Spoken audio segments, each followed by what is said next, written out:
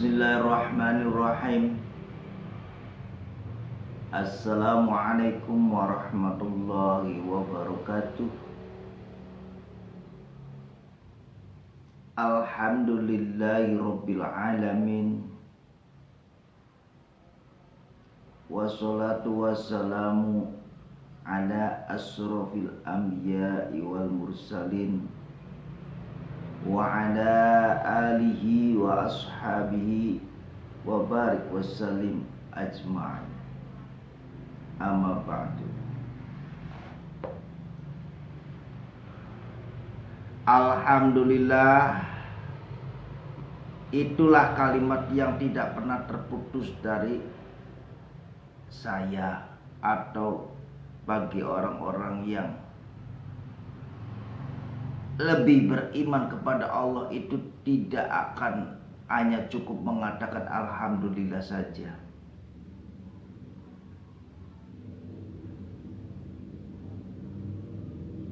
Pada bulan puasa hari ini saya menyukuri alhamdulillah, yang mana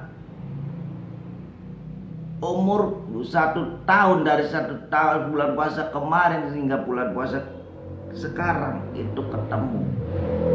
Berarti saya masih diberi kesempatan untuk menikmati dan manfaatkan di bulan puasa Ramadan ini yang lebih baik lagi.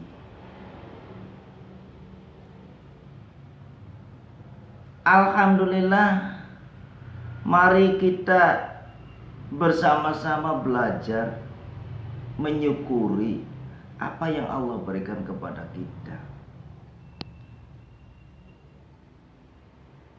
Bagi sahabat-sahabat yang ada dimanapun, yang pertama ketahuilah menyukuri nikmatnya Allah itu bukan hanya sekedar Anda itu hanya memberikan sedekah kepada tempat-tempat yang layak harus disedekahi.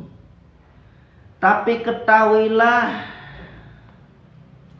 di Islam itu diajarkan, adab mengajarkan, dan betapa butuhnya ajaran seperti itu yang saya akan terangkan. Berkunjunglah dan bergaullah dan bersahabatlah dengan orang-orang yang berilmu, orang-orang yang baik, yang dapat membawa kita pada posisi yang sebenarnya, dan selalu mendoakan. Maka dari itu, kita itu benar-benar butuh dengan seorang ulama, seorang ustadz, seorang yang pinter, yang baik. Bukan hanya sekedar ulama, tapi ulama yang baik. Jangan ulama-ulamaan, banyak sekarang itu. Kenapa kita bisa mendefinisikan mana yang ulama yang baik mempunyai adab dan mana ulama yang baik yang tidak punya adab? Karena patokannya paling gampang melihat, apalagi dilihatnya dari kitab adab, itu sangatlah mudah diketahui. Apabila ada seorang ulama yang memakai adabnya, insya Allah tidak akan menjual ilmunya dengan cara apapun, dan dia tidak akan berkecimpung dalam dunia politik apapun. Yang ada yaitu mendoakan negara ini menjadi subur, makmur, tenang, tentrem, ayem. Tidak ada ikut-ikutan. Itulah bedanya. Kalau dulu umaro ikut ulama, tapi sekarang banyakkan ulama ikut umaro. Tidak kelihatan ikut-ikutan, tapi kenyataannya ikut. Makanya jadi ngaco. Banyak orang yang mengatakan itu kan ikut-ikutan hanya untuk begini begitu, untuk menetralisirkan begini. Enggak bisa.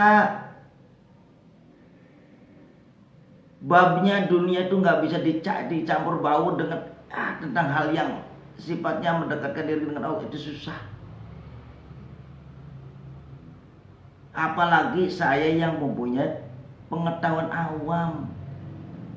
Orang yang mempunyai pengetahuan sangat tinggi pun saya yakin pasti nggak mau.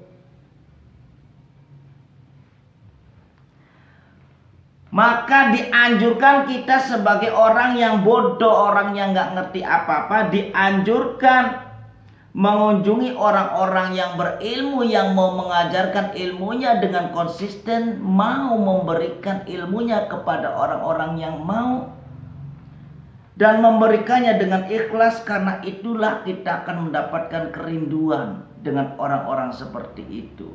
Orang-orang ulama yang dulu yang benar-benar ikhlas memberikan ilmunya kepada kita, kita sangat merindukan. Tapi ketahuilah, sekarang ini orang-orang yang memberikan ilmunya dengan ikhlas itu udah mulai pada pergi, udah pada dipanggil oleh Allah Subhanahu wa taala. Yang baru-baru ini adalah Abu Yauji. Saya kenal baik, saya kenal banget, dan saya mengerti kemauannya. Beliau pun mengerti dengan kemauan saya. Insya Allah kenal. Insya Allah saya bangga dengan beliau. Karena ilmunya mendatangkan rahmat, karena ilmunya mendatangkan syafaat. Apa bisa terjadi seperti itu? Karena beliau mengamalkan dengan ikhlas, memberikannya dengan benar-benar tulus. Insya Allah kami eksis, kami selalu ikhlas berbagi dengan siapapun, diajak belajar bersama siapapun, kami ikhlas. Mari kita akan lihat apa yang akan terjadi. Karena Allah itu sifatnya Al-Muhaimin, Allah itu Sami'ul Basir, Allah itu Al-Latif, Allah itu Ar-Rahman Rahim. Jangan menganggap Al-Muhaimin Allah itu tidak mengawasi kalian. Jangan menganggap sifat Rahman Rahimnya Allah itu, kasih sayang itu tidak diberi kepada kalian hanya sekedar kasih, tidak. Jangan anggap Al-Latifu itu sifat lembutnya Allah memberikan kesempatan pada kalian sehingga kalian memanfaatkan semaunya sendiri.